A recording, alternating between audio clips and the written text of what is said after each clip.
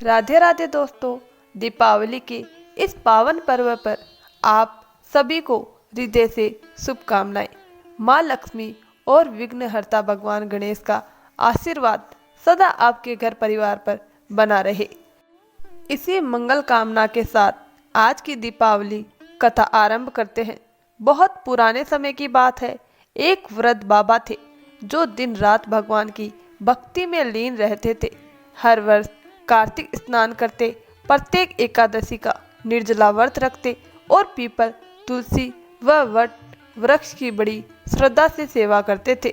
उम्र बढ़ने पर भी उन्होंने अपने पूजा पाठ का नियम कभी नहीं तोड़ा। उनकी पत्नी भी बड़ी धर्मपरायण और भक्ति भाव से परिपूर्ण थी। बाबा की 6 पुत्रियां थी, सभी सुशील और माता पिता की आज्ञाकारी थी। एक दिन बाबा रोज की तरह पीपल के वृक्ष को जल चढ़ाने गए। तभी अचानक उस पेड़ से एक मधुर आवाज आई, बाबा मैं भी आपके साथ चलूंगी। बाबा यह सुनकर चौंक गए और डरते हुए घर लौट आए। अगले दिन फिर वही हुआ और अब यह रोज की बात बन गई। बाबा जितनी बार जल चढ़ाते उतनी बार वही आवाज गूंजती।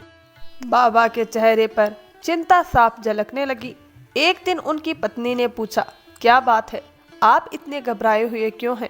बाबा ने पूरी बात बताई तो वृद्धा मुस्कुराई और बोली, कल उसे अपने साथ ले आना। जहाँ 6 कन्याएं हैं वहाँ एक और सही। अगले दिन बाबा ने वैसा ही किया।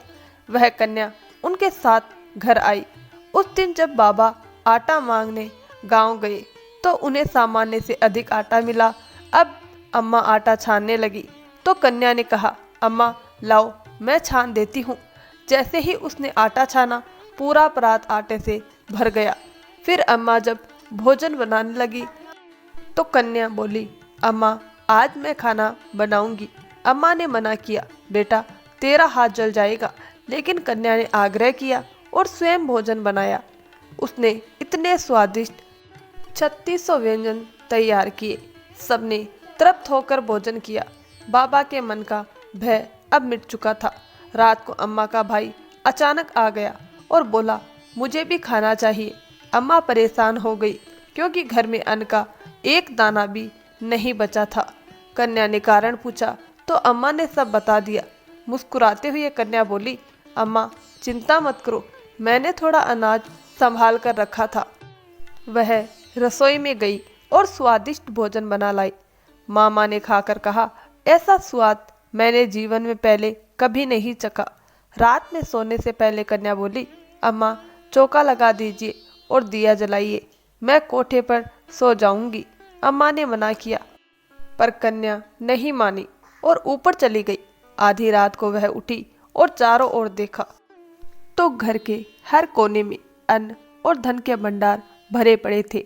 जब वह बाहर जाने लगी तो पड़ोसी बूढ़े ब्राह्मण ने देख लिया। उसने पूछा, बेटी कहाँ जा रही हो? कन्या बोली, मैं दरिद्रता दूर करने आई थी। अगर तुम भी चाहो तो तुम्हारे घर की दरिद्रता भी दूर कर सकती हूँ। और जैसे ही उसने ब्राह्मण के घर की ओर देखा, वहाँ भी धन धान्य का सागर उमड़ पड़ा। सुबह जब बाबा और अम्मा जागे तो उन्होंने देखा कि कन्या कहीं नहीं है। वे पुकारने लगे, हमारी बेटी कहाँ गई?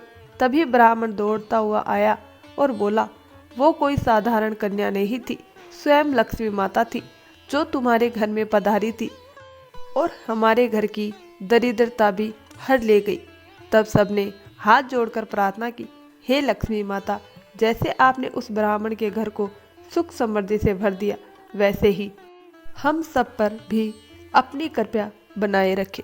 दोस्तों, आपको हमारी ये कथा कैसी लगी हमें कमेंट सेक्शन में ज़रूर बताएं। कहानी अच्छी लगी हो तो वीडियो को लाइक, शेयर और चैनल को सब्सक्राइब जरूर करें और कमेंट बॉक्स में जय माँ लक्ष्मी जरूर लिखें ताकि आपके घर में माँ लक्ष्मी का वास हो। धन्यवाद दोस्तों।